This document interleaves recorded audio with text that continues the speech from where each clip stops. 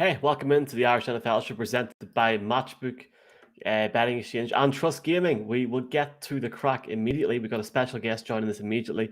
Welcome in, Dean Blandino. Dean, we don't want to keep you waiting. Thanks so much for joining us again. Yeah, thanks for having me, and great to see you after another weekend of great games.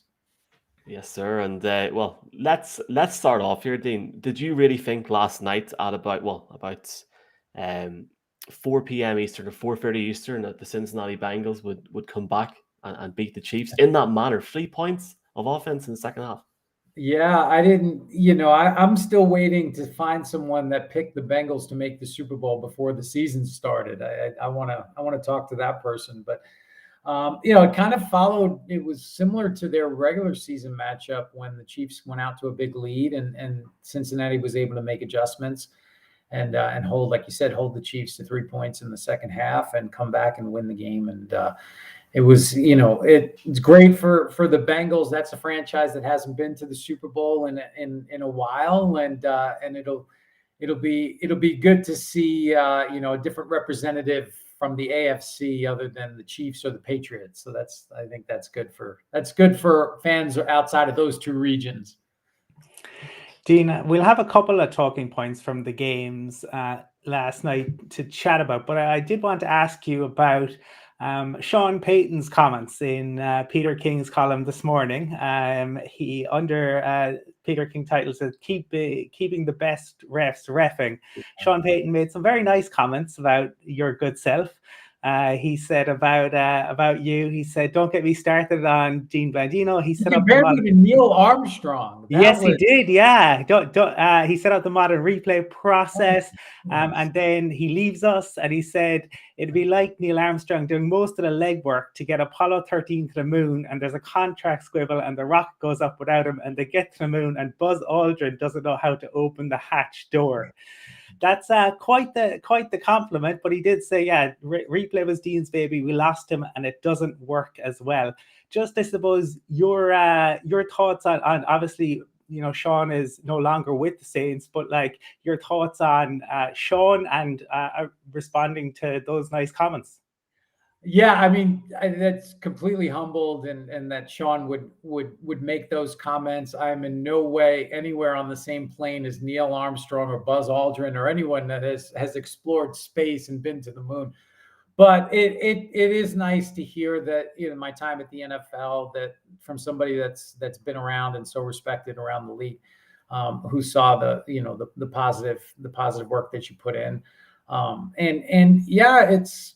For me, I really enjoyed my time at the NFL, and it wasn't something that I looked at the NFL as a bad place to work or a bad place to be. I just looked at other opportunities that made more sense for me at that time. But again, really, a couple of people sent me that this morning, and I'm really, really humbled that he thinks that highly of the work that I did. Dean, my 4-year-old decided to join us, which is the beauty of talking to you live, to be honest with you. But I have a very nerdy officiating question for you, I'm afraid to say. I love those. So I'm going to take you back to the Kansas City Bengals game. Just before halftime, Patrick Mahomes, or a little bit before halftime, Patrick Mahomes decides to run the opposite direction and somehow scramble out, convert a 3rd and 2 play, and turn it into a touchdown. At that moment in time, a few people blew up on Twitter saying, where's the block in the back here? The block in the back of the offensive lineman, about 5 yards in the backfield. Now, my nerdiness knows that you can block in the back on the line of scrimmage and within the box, and that's perfectly legal. But I didn't actually know, can you do it in the backfield? Is it okay if it's behind the line, or should it have been called by the refs and the play called back? Yeah, it's a great question. There were several people that were on social media asking about that. And though the rule doesn't, within officiating, and this goes for most sports, there's the rules, and then there's certain philosophies and things that the practical application of the rule. And so the block in the back rule is very specific. You can't make contact from behind and make that contact. But the application of the rule within close line play, so within the tackle box, when you're talking about offensive linemen pass protecting, and defensive linemen that are rushing, if they're engaged, then they're allowed to kind of push that defender past the quarterback. As long as it's continuous engagement, you're not going to see that call. Now, if the quarterback is scrambling and it is a broken play and it's more out in space, then you would revert to the normal rules. If you have a clear block in the back, you would want that called. So it was kind of in this gray area. You could make a case Mahomes was scrambling. It was kind of a broken play and that the rule would apply. But in the normal pass rush, especially, whether it's a defensive end or tackle, if it's a normal rush like that, it's all continuous, you'll allow that offensive lineman the ability to push the player past the quarterback. It's a good question. I thought certainly it could have been called in that situation because it felt to me more of a broken play with the scramble. Now you're out in space, and it's more like within the kicking game where you have those returns and more space when that block in the back can be more advantageous to the team committing it. We'll try and get one more quick round in each, Dean, before we let you go. For me, anything else stand out to you in terms of the officiating yesterday? Two very different games. That Rams 49ers game was completely different to the way that Chiefs Bengals game went. Was there anything else that maybe stood out to you that you thought, or that you were surprised by? I wasn't really surprised. What I noticed right away in both games were that neither crew was going to inject themselves into the game, that they were going to, and I hate to use this term because we never use this in officiating. You never say, hey, we're going to let them play today, right? We don't say that because that would kind of insinuate that you're gonna look the other way, and if they're only going to call the egregious fouls. But it felt like both crews had that mindset where, because there were certainly some calls that I thought could have been made in both games. I thought they were both, for the most part, clean games from the two teams. But there were things that could have been called and probably would have been called during the regular season. And this isn't something that it's a directive from the officiating department, but I think that it's almost like a mindset that these games, championship games, the officials don't want to be the reason. They don't want to be kind of the story. So they might take a little bit of a hands-off approach. It's not always the best thing because if you have one team that's really pushing the envelope, you can't allow that team to continue to gain that advantage. But it felt to me like the officials were not going to call a whole bunch of fouls. And I think the numbers, I think it was 6 in the one game and 8 maybe in the second game, which is below average for the regular season. Dean, can I ask you about the Rams 49ers game, and something that weren't called was the hit to the back of the head from Fred Warner on Matt Stafford. And also Debo got blown up at about a fortnight after the play was over by Robinson. In a league that, where roughing the passer has at times, become, it almost feels like, you breathe on the QB and that's roughing the passer. How those sorts of decisions where, the replay shows it very clearly, very quickly. And I saw Lawrence Tynes says that, the FedEx envelope will be wearing and there'll be a fine. But, it has such an impact on the game itself. I mean, very easily you could have lost one of those players yesterday. Just, I suppose, around that and around officiating that. Yeah, and the play, that's a different play. Normally the rough and the passer, right? The referee is mainly responsible. Then you have the umpire that can also make that call and help out. This was after an interception. So Stafford, as the quarterback, maintains defenseless player protection.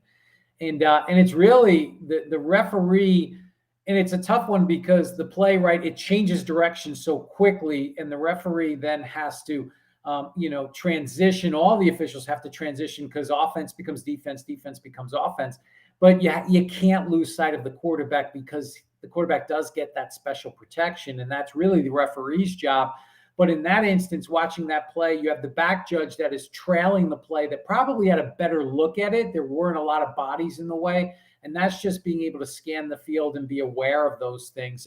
But those are difficult plays to officiate because, like I said, it's such a quick change of direction and everybody's kind of switching sides. So you just have to be aware of especially where the quarterback is. And then any dead ball action, obviously that's something that officials are, they're doing after every down and making sure that you don't have those late hits. It's just one of those plays where they missed it. and you think about technology, like you said, it's obvious, and we get that replay. Is that something the NFL wants to add? I think you certainly could consider player safety fouls as something that, hey, we want to get these. We don't want to allow players to be in a position to take those types of hits without penalties being called. So I think that's something the league certainly will discuss in the offseason. Dean, it's common knowledge that teams plan a little bit for the referees, for the crews they're going to have facing against them, and that some teams have distinct strategies to play the rules to their advantage. The Seattle Seahawks, the Legion of Boom, basically defensively held on every single play, knowing they wouldn't get called on every single play. But now the Super Bowl is set. We know the two teams. We know the officiating crew, and it's an all-star crew as always, but headed up by Ron Talbot. Is there anything that stands out for you in terms of either the way in those teams play or the way in which Ron calls the game that you think might have a nuance or impact upon the way in which? Yeah, I don't think either team, Seattle during that Legion of Boom, that was a prime example of a team that really, they played very aggressively, like you said, and there have been teams that have that mindset. Hey, they're not gonna throw a flag on every play. So we might get one, but we're not gonna, we're gonna end up ahead at the end of the day. And I don't think the Bengals, right? The Bengals were the least penalized team in the NFL all year. So I don't think that's a team that really pushes the envelope. The Rams, I think, probably middle of the pack. They're not a team that really stands out. I think everybody's kind of going in. These are two teams that haven't played certainly this year. I don't remember the last time. Obviously, they're in different conferences, so they don't play. There are not a lot of opportunities to play very often. In this crew, everybody's kind of going in. The crew, just like the two teams, they're going to scout. They're going to look for formations, tendencies, things that they like to do in certain situations. And I don't think there's any, preconceived notions or biases going in. And I think that's good. You see what you can pick up on tape. You go through it. You're prepared for anything. There's going to be conversations throughout, the next couple of weeks with both teams. If there's anything different or exotic they're going to do, you certainly want to make sure the officials are aware of that. And I think it'll be a great 2 weeks of prep, and the officials will pick up things on tape, have good discussions, just like the teams do. And I don't think there's anything really that jumps out immediately about these two teams or the officiating crew that says, hey, look for this. We're going to see a lot of holding penalties. There's nothing statistically or anything out there that leads you to believe, that that's the case. Dean, really looking forward to it. I really appreciate you coming on the day after as well. Maybe see you in LA in a couple of weeks. Yeah, when you're out in LA, we'll catch up. I'd love to see you all in person. Thanks so much, Dean. You're very kind and generous for your time, man. Enjoy the week. Like, relax this week. Big week next week in Los Angeles, and chat to you soon, man. All right, thanks, guys. Thanks as always, Dean. Cheers. Thanks, Dean Blandino, Fox Sports rules analyst, also formerly with the NFL as well. Fantastic to hear from Dean. Before we start off, boys, there's a lot of comments, there's a lot of chat, there's a lot of people watching. Contractually obliged. I'm only joking. Delighted to just be with our partners here. £20 welcome offer, Irish NFL show code. Money back is cash. Your first bet loses. Thanks very much to Matchbook, boys, because the bet came up last night. Really appreciate it. If you got on that, well done. And the free, and I'm sure we'll have one for Super Bowl Sunday in 2 weeks. Talking about Super Bowl Sunday, you can see it at the very bottom of the screen. The Los Angeles Rams are playing the Cincinnati Bengals. I mean, nobody on this show called that the other day at all. No one called that. In the Super Bowl in 2 weeks' time. Let's just get the chat up very quickly. Anthony saying, who they? I picked the Bengals from August plus 5,000. Fred Flunk is saying, even lads, can we have a whip round for the Niners fans tonight? Owen said Niner Nations. Still very sad. DNVR saying, hey lads, hey, how's the form, lads? Thanks very much for the support. And Owen Farrell again. So basically Owen and Fred are having a complete chat about Jimmy G and the 49ers. How are we doing? Are we good? Are we feeling good? Feeling fresh? Feeling great. Never been better. But other than that, it's all good. It's all good. It was a late night last night, wasn't it? Thank God that game didn't go overtime. Seriously, like that would have been a disaster. Any news to tell us? Anything people should be aware of? Or Any? Well, we made our announcement last night that we are headed to LA to cover the Super Bowl week. I will be out there from tomorrow week, and obviously there are a whole host of media events in the lead up to the Super Bowl. But we are really looking forward to it. The entire gang should be out there, and I think, Michael, we have a big show planned for the Saturday. Saturday, I actually can announce the time tonight. I haven't told you boys this yet. 10:30 a.m. Pacific. That is 6:30 p.m. Ireland. That's non-negotiable. We have to do it that time. But thanks very much to the producers. The 12th of February, live from opposite SoFi Stadium. Unbelievable. What more can you say about that?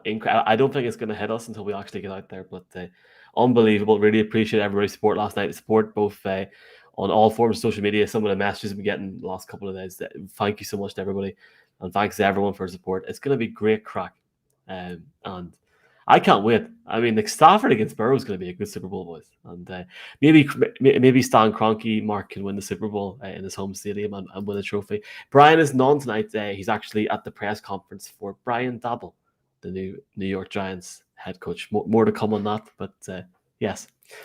And that's all I have in terms of jokes. Let's talk about the Kansas City Chiefs performance, boys, last night. I'm only joking. That's a bit of crack. Colin, when we start off, the Chiefs had, I literally tweeted that. I picked the Bengals, right? And then I literally said ball game because the Chiefs looked like they were on fire. What happened at halftime in terms of what were the Bengals told in the dressing room? What were the Chiefs doing? Did the Chiefs go into May, or could they not get anything going? It just didn't make any sense the whole time. And the Chiefs are now out. I don't really know much more to say. Like, I mean, it's a huge upset for Kansas City, who really, really fought, and they did think with good reason that they were going to get to LA in 2 weeks. Yeah, and for the opening period, you weren't alone in saying ball game. I saw so many tweets, people saying, "Oh, what am I going to watch for the next few hours?" But it seemed like everyone had given up on the Bengals except for the Bengals. And then the stop at the end just before halftime was the game changer. I mean, is that on Reed? Is that on Mahomes? They're both kind of taking responsibility for it today, but that really was the game changer. And the second half, I mean, I saw in terms of EPA, there's never been a bigger differential between a quarterback's first half performance and their second half performance. The Bengals just made brilliant adjustments, and Mahomes refused to adjust. And I think that's, is it Mahomes? Is it Reed?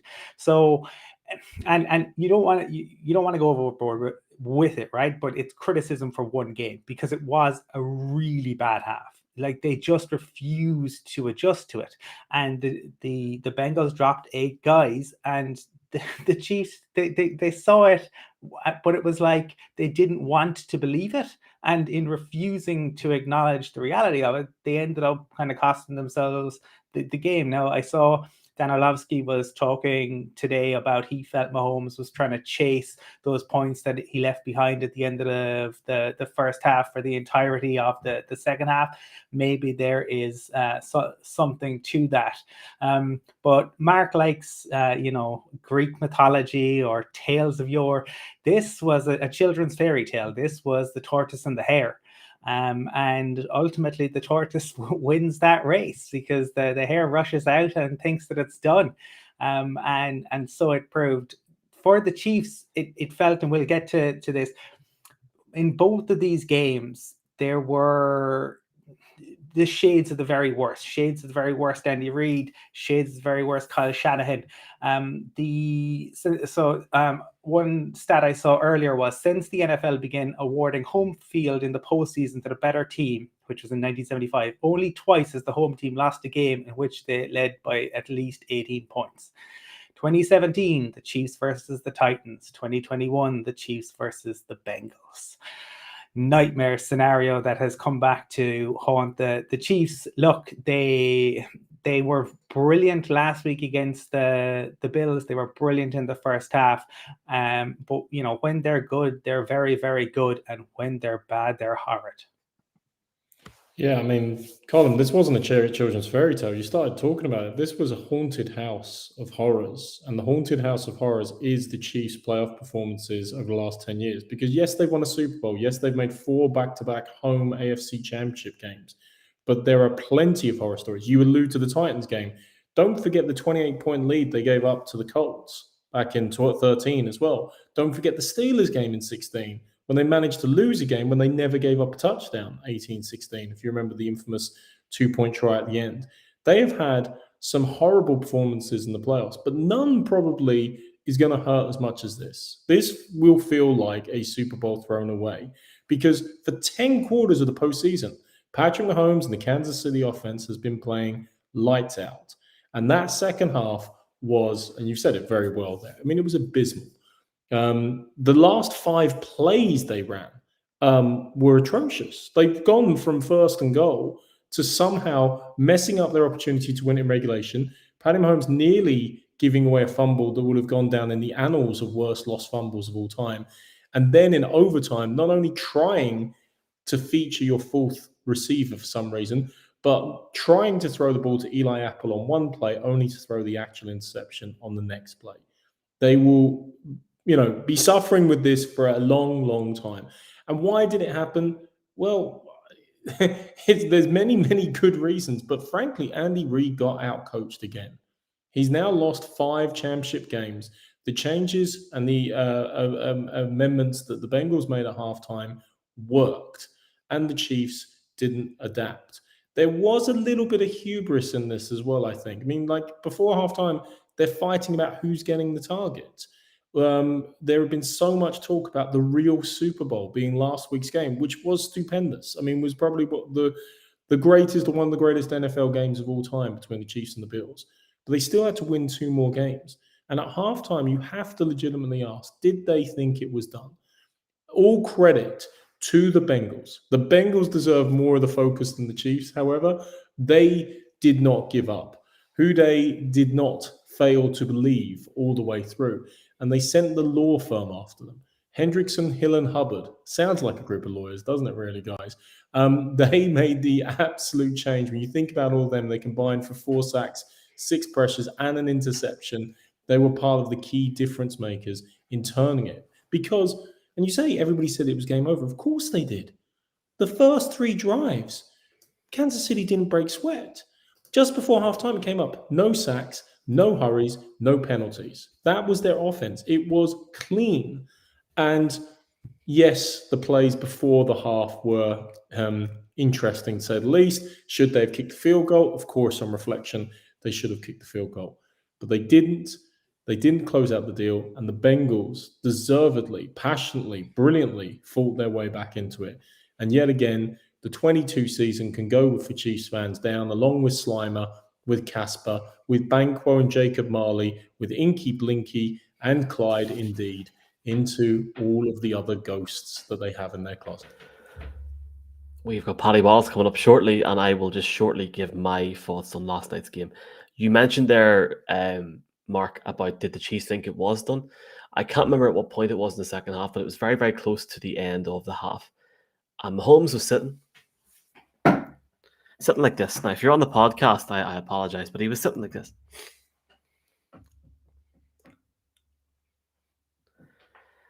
Now, when you have a team with that talent, you are, of course, you're entitled to some degree of arrogance. In a positive way, arrogance. In a good way, because you got the talent. You got a generational quarterback in Patrick Mahomes. But they completely the bed last night. There is no other way for it. And the fact that they went in, okay, it was what, 21-10? It was 21-3 until very close to halftime. It was 21-3 to very close to halftime. So that's the way I almost look at it, as if it was that score. I know it was different, but it's the Chiefs. Did the Chiefs actually go in at halftime last night and say to themselves, here, the grand hit the diff sort of thing? Like, it'll be 100%, sure, look, we'll go down, we'll score another touchdown, and it'll be grand, the game will be over 28-10. What exactly was the game plan? And, you can look back to numerous different things. The performance in the Super Bowl last year, what they've done to come back with that O-line this year. Granted, the season that they had, especially the first 6 to 7 games, they were very inefficient. They then get their mojo back, and then they completely fall apart. But on a national or worldwide stage last night, frankly, it's a wasted season. And I think Andy Reid needs to ask himself what the hell he was at. But also Orlando Brown, Honey Badger, and we can talk about this in a few weeks. Who will be? I mean, will they both be there next year? Will they take restructured deals to be there? Patty Mahomes' money is going to kick in soon. I seen a great tweet this morning. Look at Aaron Rodgers and the Packers. Look at how they've played. Look at what they've achieved. I think this is the biggest, and I'm being completely serious there. The biggest letdown of any team this season. The talent, the quarterback. They went into that game against Joe Burrow, who's a fantastic player, but Patrick Mahomes, the experience that he has, he wants to go back to the Super Bowl, 4th AFC Championship game in a row. They completely bottled it. I have nothing else to say than bottle jobs, boys. But the Bengals deserve it. The way the Bengals played in the second half was stunning. Joe Burrow was absolute clutch. I think it was the 3rd down, Mark. It might have been, if I'm wrong. Unbelievable. And then at the end, Tails never fails. I'll not even start there. But for the Chiefs to tweet and for everyone to say, "Oh, we won the coin toss," that's great. The Bengals defense showed them exactly what they were going on, and that Bengals team looked a lot better than last week. Have you any final comments, Mark, before we get Mr. Wallace on? Yeah, just a couple of quick ones, Michael. I mean, I wouldn't necessarily say they're the biggest letdown of the season. I mean, Packers fans might be slightly let down in relation to it. And let's not forget as well, they do get to the AFC Conference Championship. They, of course, it's not where they wanted to end up. I think we touched on it last week. There are certain teams whose expectation this season was Super Bowl or bust, and they were one of them. But it's funny, you allude to it, the window for some of these teams closes. We touched on it last week with the Bills. We touched on it about the Packers, the expectation in 2010 they would get back again. This doesn't always last forever. So you've got to take advantage of your opportunities when you're there. And you mentioned about just before halftime. I mean, the Bengals were trying to waste time. They didn't want to leave time on the clock. And Perrine, about 1 minute and 5, goes in 41 yards on the screen. And everybody thought the same thing, which was, left too much time now. The Chiefs have time to get a field goal or a touchdown and get another touchdown to get the ball at the start of the second half. And I saw you saying about the tweets. I saw the tweets that said this could be 35-10 before Joe Burrow touches the ball again. And in big moments, teams have to come up big. And by the way, was it Antoine's put money on the Bengals back in August? Considering they started this season under Zach Taylor 6-25-1, all I can say is the pints better be on him when we catch him. One thing, because I know we have another guest come in, just to say, like, the Bengals did all that after losing their tight end. Uzama went out with a knee injury. Don't know how serious that's going to be, but they had their backs up against the wall. They're in Arrowhead. We all know about Arrowhead and everything about it. Just kudos. You cannot say enough good things about the Bengals and the adjustments they made and the way in which they performed, and they didn't crumble even when it went into overtime. At no point did the Bengals doubt themselves, and you just have to take off your hat to them for that. Yeah, and we'll talk about the Rams and the 49ers after we bring our next guest on. Delighted to welcome in former Ulster Ireland rugby player, along a lot more as well. Paddy Wallace. Paddy, I'm so happy to welcome you to the show because finally I've got somebody with sort of a similar accent to me. Welcome on. Thanks for having me, guys. Yeah. Paddy, usually it's great to have you on as well, mate, and thanks so much for coming on in such quick notice, and obviously it's such a busy time of the season. Usually we ask people on here, what their affinity is to the Emerald Island stuff, but look, I can't ask somebody from Dundonald that there. But can you maybe tell people that are watching or listening, how did you get into the NFL? Who's your team and stuff? Yeah, of course. I'm showing my age now, but whenever I think it was Channel 4 got the rights to the NFL initially, it sort of swept through everybody's TVs on a Sunday night, and my dad let me stay up for the Super Bowl back in '86 when the Bears were playing. And then I think the next, I just fell in love with it, and he got me the old NFL films. best ever quarterbacks, running backs. Got the 1985 Bears video, and I literally didn't have them off my VHS for years, and yeah, fell in love with it. And whenever in junior school, whenever we were asked to learn how to write a letter, you wrote away to a celebrity, and I took the opportunity to write to Walter Payton, addressed it to Soldier Field, and I got a signed A4 picture of Sweetness, and ever since then I've been in love. And whenever he retired, funnily enough, it was the same Christmas. My dad got me the full kit with shoulder pads of and I think they only had the Miami Dolphins in stock, and the LA Raiders, and I had a Marcus Allen uniform, and then I switched my allegiance after Walter retired to the LA Raiders, and I've been a Raiders fan ever since for my sins. It's been a tough 30 years.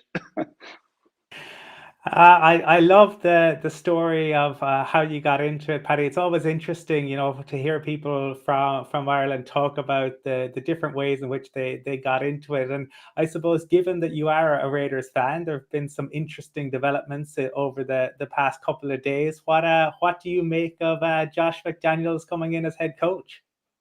Oh yeah, God, listen, the Raiders has been a car crash for so long. It would be nice to get some sort of stability there. We thought we had it with John Gruden coming in and signing that a 10-year contract, but everything just works out the way the Raiders seem to work it out. And our draft picks are either stuck in shelves in Walmart or in jail at the moment. So hopefully we'll get a bit of consistency. Obviously, he has a relationship with the new GM as well. So, it's exciting, but, it's the kiss of death to that Patriots. Any coach that seems to go out by themselves ends up failing out of the shadow of Bill. So we shall see. I'm hopeful. It's, a new franchise really moving to LA. There's a lot more excitement about it. I think we've got a better opportunity to pick up free agents as well. I just hope we can get our draft right for once.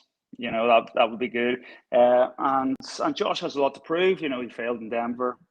He's been fantastic at the Patriots, and he's got the rings to show that. So hopefully he can bring that and be that outliner that succeeds outside of Foxborough or Gillette Stadium, whatever it is now.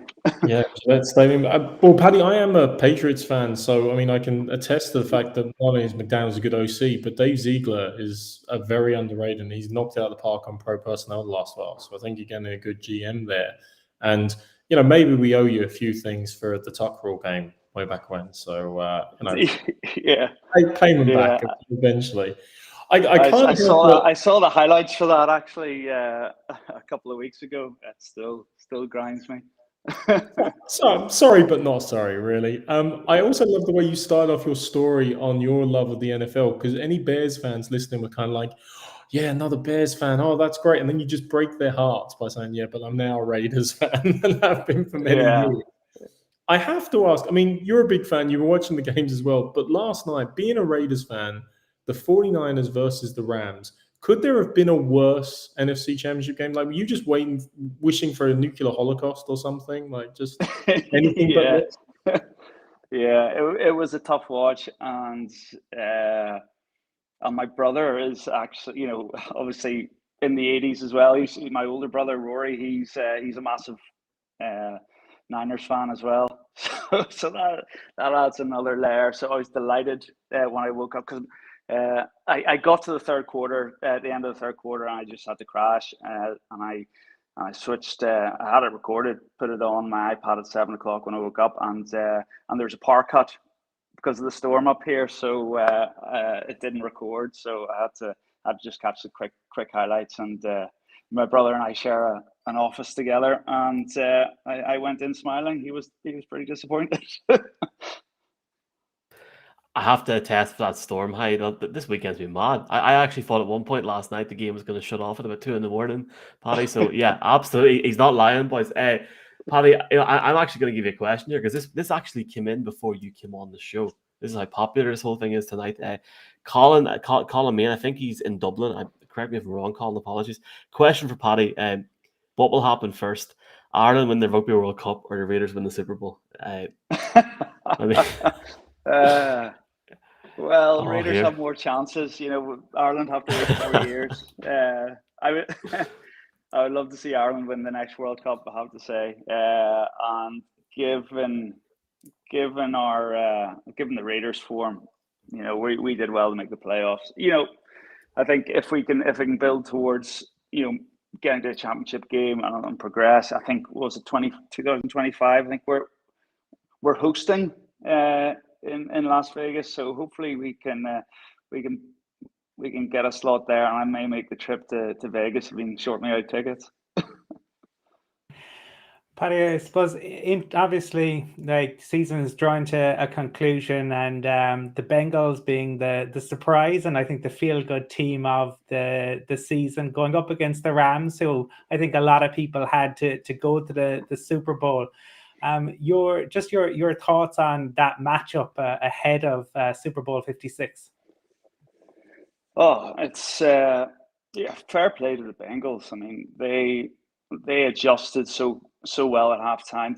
That crucial touchdown before the end of the half really gave them hope. And Joe Burrows is he's balling at the moment. He's so much confidence.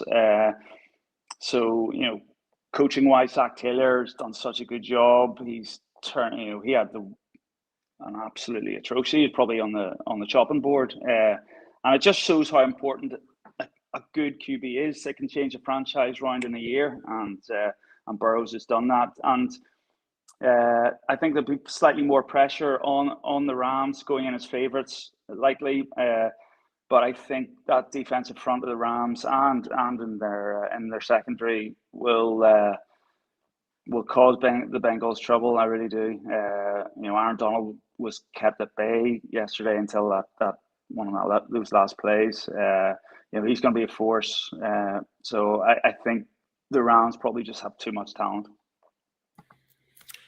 Paddy, as I know now retired professional sportsman, I'm sure there's many things in the game of the NFL you look and you can empathise with, and you can see the parallels with the rugby game. But I have to ask, there were two players last night, and one was a GOAT, and one just gets forgotten in the annals of time. So Eli Apple in the Bengals-Chiefs game drops an absolute easy interception. Next play, Patrick Mahomes throws an interception anyway, all gets forgotten about. In this 49ers game,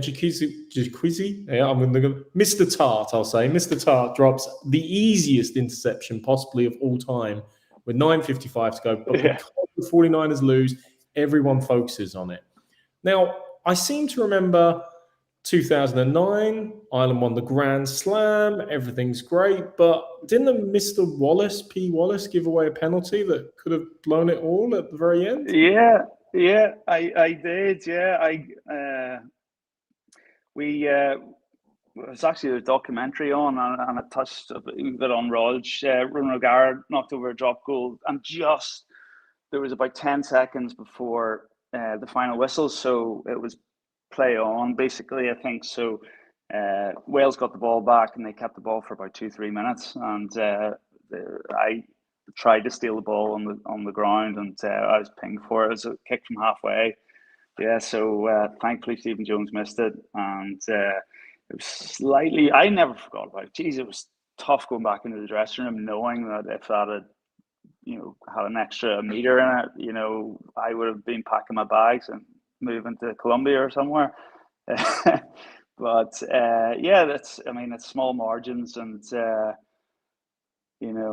it's who makes the last mistake in sport, who makes the last big play, and those are the moments that will be remembered. And unfortunately, or fortunately for me, on that occasion, Stephen Jones just missed, and you can see that week in, week out in the NFL. And I think it's why I enjoy the game so much, is because all the games are so competitive, and certainly in the last number of weeks, there's been just epic to and fro in games, and it's very hard to predict, and it really does come down sometimes to, unfortunately, who makes that error close to the final whistle. Paddy, it's been fantastic to have you on the show tonight. At Paddy Wallace 12 on Twitter. Hopefully, and Paddy, I've been trying to get these boys up here to do a show for months. I think maybe the egg, the bots, heart bar, something. We'll try and do something maybe in the off season. You're more than welcome to come and chat a bit of ball. Just before we let you go, Paddy, though, in all seriousness, and we are very lucky here. We've got some great people from around the UK, Europe, America watching this as well. But we're going to stay very local here now. Big game at the weekend. Hi, Ireland are going to completely trash Wales, aren't they, on Saturday? Or are we going to put that on record now? Yeah, I mean, again, Ireland had a great last year. The November series were outstanding. So we just need to back that up. Hopefully, I think we're fairly fresh, injury free going into that, and yeah, that's also important. So yeah. Good times ahead for Ireland. Maybe a Grand Slam on the cards. We've got two tough away matches over in Paris and England, so that's always going to be a tough test. But yeah, hopefully a good start against the Welsh on Saturday. Get the pints of Guinness in; they'll be flowing. Oh, for the next few weekends, I think, Paddy, there'll be plenty of sport to enjoy, and hopefully the weather won't interfere with you watching the Super Bowl. But look, we want to say thanks for taking the time to join us this evening, and hopefully we'll have you back on the show, be it in a virtual format or maybe up north in the not too distant future. That'll be great. See you in the bot. Yeah. All the best, Paddy. Good morning. Cheers. Good luck, guys. All the best. Great to have Paddy on. Paddy, thanks for coming on, man. Short notice as well, and good crack. Good to have somebody local on the show, boys. I mean, the chat, it's fantastic crack. And going from the Bears to the Raiders as well, that's an interesting combo. Yeah, that's like Mark going from the Patriots to the Bucks. Sorry, how to put it. I'm here all week. I'm just ignoring you. It's okay. Just in good form.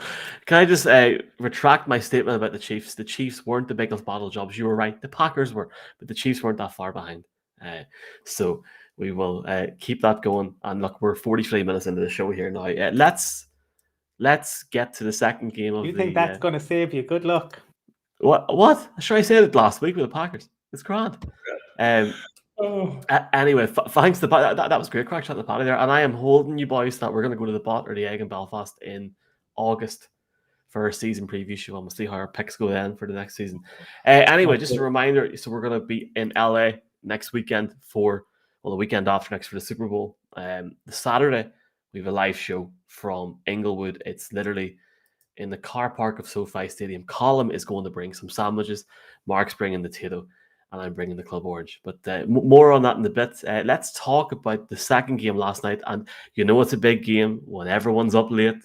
We're all up late at 2:30 in the morning, texting, watching the game.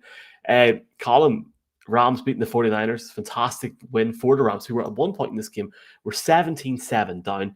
Stan Kroenke gets the NFC Championship in a packed stadium in the first year of crowds being allowed. And a very, very happy man. The Rams are now 60 minutes away from the Super Bowl championship. They're all in.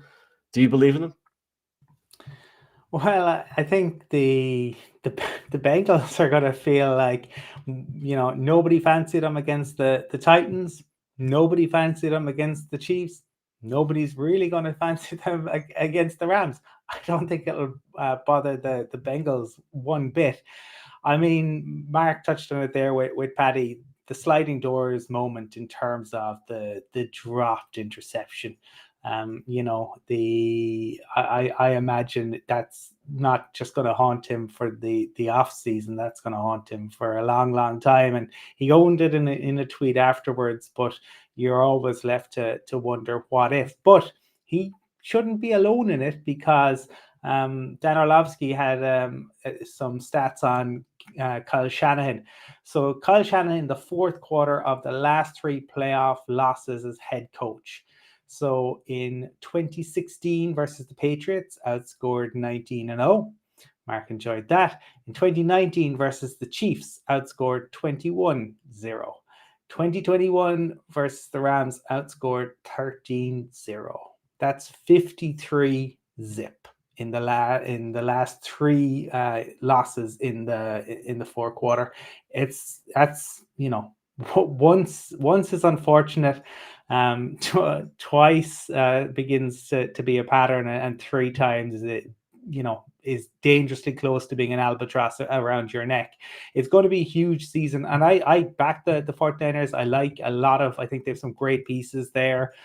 Losing Debo towards the end was huge. He's just absolutely fantastic. The Rams get it done, and I think that the talk for the next couple of weeks will be the Rams D-line against the Bengals O-line. But the Bengals O-line, in fairness, Burrow took 1 sack yesterday and Mahomes took 4. So I'm interested to see what they'll try to scheme up. But also Von Miller's outfit in the post-game press conference.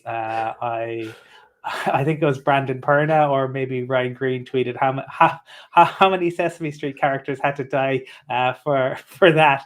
But I was mightily impressed, and don't know if myself and Jeff can get some of those for either LA or Dublin at the weekend. Jeff in Dublin at the weekend. I forgot about that. It's going to be a good weekend. Jeff just tweeted out. The link is on Jeff's Twitter account. And Mark, I'm conscious that while Colin finds a way to mention Broncos guys there, I'm delighted he is. It's sad because Von Miller isn't with us anymore. No. But we have a lot of 49ers fans that watch this show and have interacted. And thank you all very much this season for that. But Jimmy G, is that it? In San Francisco? I was actually more smiling and laughing because I was thinking that Colin is taking inspiration. I'm a little bit disturbed to see what Colin will wear in LA. Jesus, right enough. Well, I mean, given the shirt. Not tonight, lads. Yeah. But Jimmy G, there's a few things to say about this game of Key. In the first half, it was already noticeable. Look how much time the Rams were staying in possession. And it's something that always needs to be borne in mind. Why do commentators talk about this? Why was it such a big deal in the 28-3 game you alluded to, the Patriots versus the Falcons? Why was Troy Aikman still talking about this, even with the first half still to go, just start of the second half, although there's been such an imbalance in the time possession? Well, we just had Paddy Wallace on, right? Rugby players, soccer players, they train for stamina. They train in a fundamentally different way. NFL players are training for that explosiveness. They are not designed to, they want that immediate quick jerk, that explosiveness, which can be repeated over a set number of snaps more than anything. Once you extend beyond the norm in relation to it, they get tired. They get exhausted more so than anything. They can be exploited. And very frankly, that's what we saw in many ways last night. Yes, the 49ers were up 17-7, but their defense was dead on its feet. And frankly, whenever you got Matthew Stafford, I mean, we all know he's the red zone king for his time in the Lions, and you've got Cooper Kupp and you've got Odell Beckham, the game can't be considered over. And certainly those 3 players, more than anything, stood up and were counted. But because of the great defensive effort of the first 3 quarters, the 49ers defense just didn't have anything left in the tank. And you mentioned about Jimmy G, Michael. Well, the problem with Jimmy G is good. Jimmy G is bad. But Jimmy G is just not good enough, unfortunately, to get over his badness. You can't trust him to win a game for you, other than maybe 1 or 2 meaningless regular season games. Last night, he looked jittery. There were a lot of throws that were high. Kittle and Debo bailed him out. Kittle in particular, there were a number of throws that were off target, and Kittle bailed him out and a few great catches. And would it still and should it still have been enough to get them through to the Super Bowl? Yeah, actually, it should have.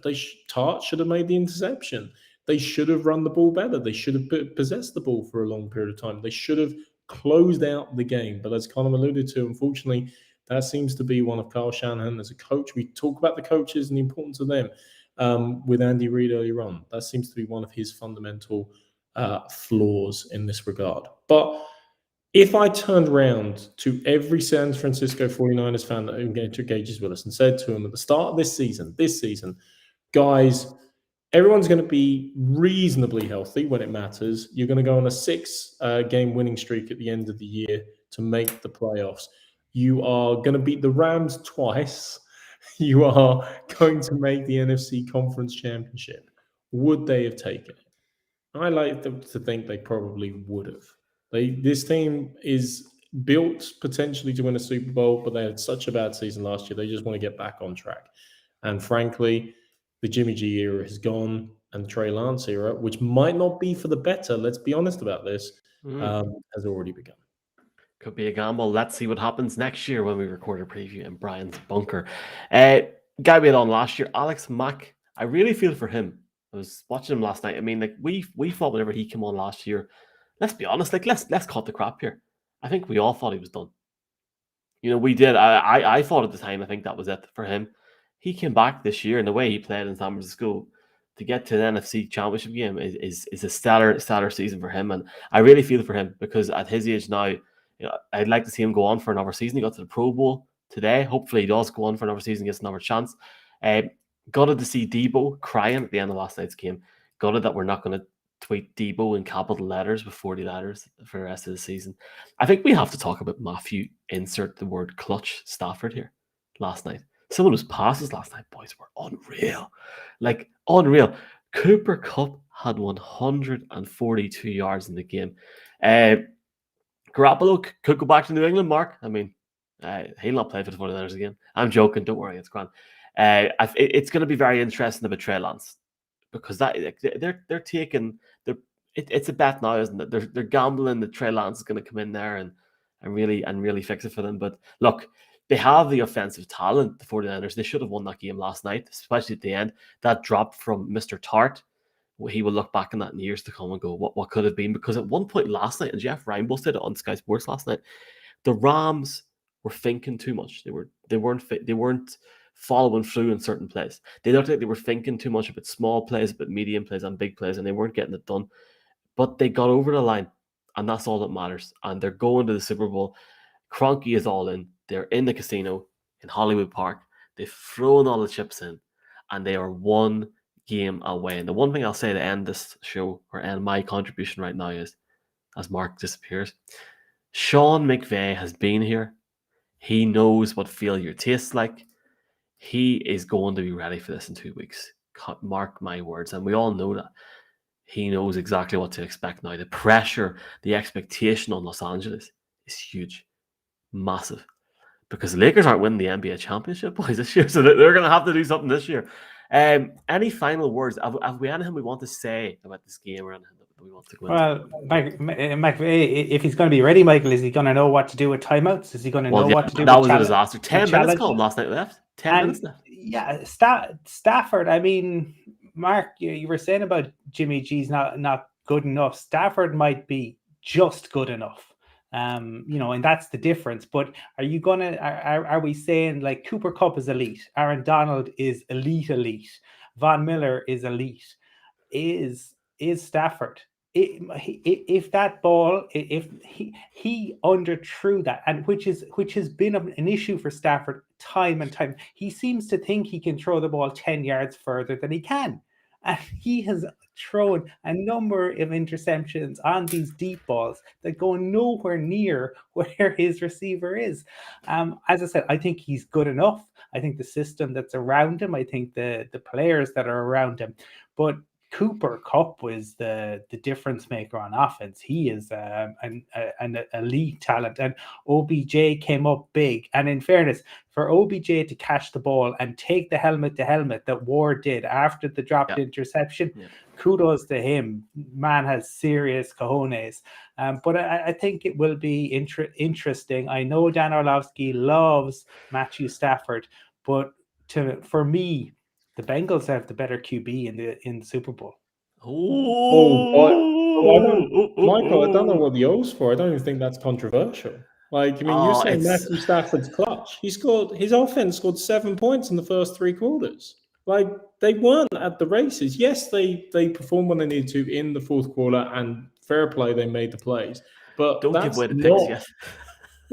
But I mean, Colin's alluding to that throw. I mean, like, if you were on a GAA field and you put it over the bar and you left it that far short, you wouldn't be making county. You wouldn't be making the team. You'd be cut half a second later. And that. You didn't see a throw match yesterday, Mark, did you? You didn't see the throw match yesterday? No. Jesus. I like to watch Gaelic football, Michael, not excuses for Gaelic football. I know it's the All-Ireland champions. I'm teasing you. No, but just see what happened at the end. Like, there was they didn't kick it high enough, and it went over the bar. The referee said it was a foul. Anyway, yes, go on ahead. Okay, but anyway, so I wouldn't put Stafford in that regard. I mean, the remarkable thing was all the storylines that could have come out of yesterday's games. It seemed for a while we were destined for going back to the 80s, Back to the Future, and every 80s reference I've got in my my pop culture catalog was going to come out with a 49ers Bengals reference. So you've been saved from that. But we talk about the fly boys, the flash boys, the big names very often. You mentioned about Alex Mack. I think two people, both left tackles, deserve a bit of a mention here. Trent Williams has probably been the best left tackle in all of football. And he's not going to the Super Bowl at all, unfortunately. But Andrew Whitworth, now if Tom Brady is retired, if he is the oldest man in the NFL. And for him to go back to the big show, the big dance, he was interviewed after the game by Aaron Andrews. You can see what it means to him. A stalwart player for many, many moons. You see stories like that and people like that, and you're glad for them that they will get to experience it. And who knows? I mean, Eric Weddle as well. Come out of retirement, lads. Come off the bench for a couple of weeks, and you end up back in the Super Bowl. He was brilliant. He was absolutely brilliant for the Rams, and he made plays all night. And finally, for me, just on Shanahan, just to finish, punting on 4th and 2. I mean, you make your whole career is based on being creative, which you are. You're a really creative play caller. You have Kittle, you have Debo, and you don't go for it. Well, Colin, I would actually raise you the first game of the night with the Bengals. The Bengals had two situations in the first half where they were within the 10-yard line in Arrowhead. I think they should have went for it both times. Really do. Like, you go down, you go for it. It's playoff football. Go for it. Go for it. I don't think we've insulted enough fan bases tonight, Michael, so I'll throw one more into the mix just before we go. Ray Bork was a famous ice hockey player, played for the Boston Bruins for many years. And the Avalanche. And then he went to the Avalanche, and the Boston Bruins fans were delighted that he went to the Avalanche and won a Stanley Cup because they felt like he deserved it, and that the Bruins weren't effectively good enough for him and hadn't done right by him. I wonder how Los Angeles Chargers fans feel about Eric Weddle and potentially for their city mates winning a Super Bowl in 2 weeks' time. Indeed. Or Detroit and Matthew Stafford. I personally think half of Detroit's going to be in LA in 2 weeks. We'll be in LA in 2 weeks, and we'll see us there. Colin, that's us for now, but we've got a special show coming this week. We're actually not back in terms of a show with all of us until Sunday, but we've got a special show coming this week for the Senior Bowl. Yes, we do indeed. Obviously, the draft starts in Mobile, and that is the case. The Senior Bowl is, I suppose, building up to it. I think the measurements dropped today from what I saw, and we're very fortunate to have a great chat with Jim Nagy. Last year, we welcomed him back to the show for another great chat, but he is not the only guest on the special show, Mark. No, we also interviewed a young man who's going to go quite high, likely in the draft in the next in April. Trevor Penning from Northern Iowa there joined us for a chat. Just gave his thoughts ahead of the Senior Bowl itself, but obviously some of his insights as to how he's feeling in the build-up to April. One of the key O-line prospects coming into this year, and God knows there are a number of teams that could do with O-line help. And so for 30 teams now, their attention turns to the draft, turns to free agency, turns to building up their team for next year. And then there were two, and only two left to gladiate it out in 2 weeks' time. Every time you say Northern Iowa, I think you're going to say Northern Ireland. Like, genuinely, even when we were chatting them, I thought you were going to say that. Just to remind everyone, presented by Trust. And we're also presented. Thank you very much to Trust, and thank you very much to Matchbook Betting Exchange. £20, €20 welcome offer. Codes Irish NFL Show. T's and C's are below. 18+. Please be gamble aware. We'll have an offer out for the Super Bowl very soon in terms of both outrights for the Bengals and the Rams as well. Two teams remain. We'll be back with a Senior Bowl special this week, but we'll see you on Sunday for a very special episode. We're getting there now, boys. Commiserations 49ers fans.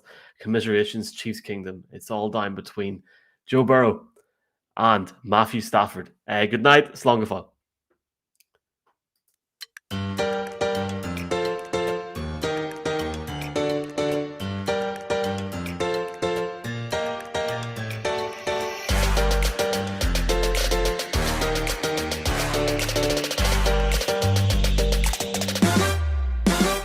Bye.